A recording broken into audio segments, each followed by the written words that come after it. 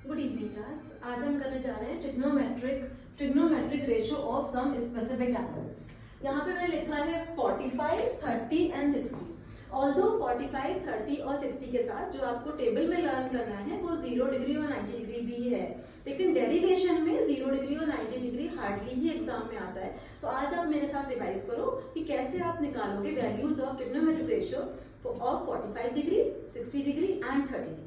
तो सबसे आसान होता है इसमें 45 डिग्री, तो सबसे पहले शुरू करेंगे 45 डिग्री।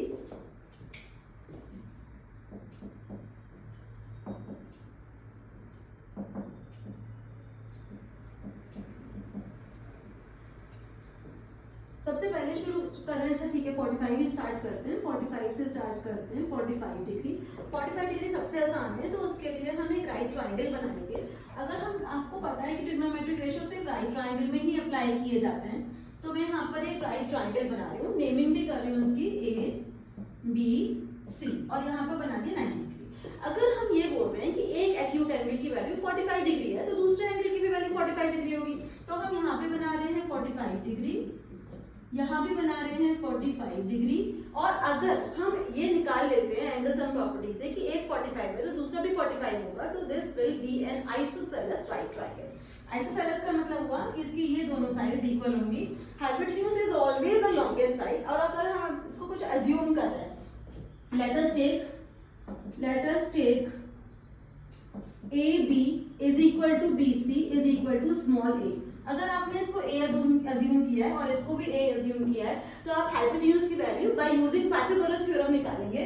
पाइथागोरस थ्योरम के हिसाब से hypotenuse is equal to under root base square plus perpendicular square. तो यहाँ पे आप कीजिए a square plus a square, that will be under root 2a square, that can also be written as a root 2। अब आपको इस triangle के अंदर तीनों साइड का वैल्यू पता चल चुका है। बेस है a, परपेंडिकुलर है a एंड हाइपोटेन्यूज है a रूट 2। अब हम निकालने वाले हैं सारे trigonometric ratio on this triangle, because यहाँ पे 45 डिग्री लिया है। कोई सा भी एंगल ले सकते हो, a भी ले सकते हो और c भी ले सकते हो। तो मैं यहाँ पर लिखने जा रही हूँ साइन a, दैट इज होता है परपेंडिकुलर अपॉन हाइपोटेन्यूज। परपेंडिकुलर यहाँ पर a दिख रहा है और हाइपोटेन्यूज a रूट 2 दिख रहा है। आपने निकाला यहाँ पे 1 अपॉन रूट 2। सिमिलरली आपने निकाला यहाँ पे cos a, that is base upon hypotenuse.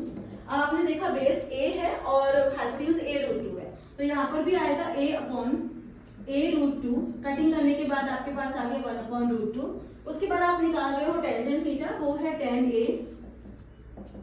Perpendicular upon base, perpendicular भी a है, बेस भी a है, तो आपका आंसर आ रहा है 1। तो यहाँ पर आंसर आ चुका है 1। और जैसा कि मैंने आपको पिछली वीडियो में बताया था कि अगर आपने साइन कॉस टेन निकाल लिया है, तो आप इनके रेसिप्रोकल्स जस्ट इनको इन्वर्ट करके निकालिए। तो इनके एकदम सामने ऑर्डर में लिखिए। साइन का रेसिप्रोकल लिखिए कोसैक, कोसैक की वैल्यू, कोसैक a की वैल्यू जस्ट रेसिप्रोकल कर लीजिए रूट 2। यहाँ पे सेक ले लीजिए, sec is reciprocal of cos, तो इसकी भी रेसिप्रोकल कर लीजिए, that is also root 2। Root 2 upon 1 मतलब रूट 2 ही लिख सकते हैं। फिर यहाँ पर 10 आ गया, 10 का रेसिप्रोकल है कॉट। अब 10 की वैल्यू अगर 1 है तो कॉट a की वैल्यू भी 1 ही होगी।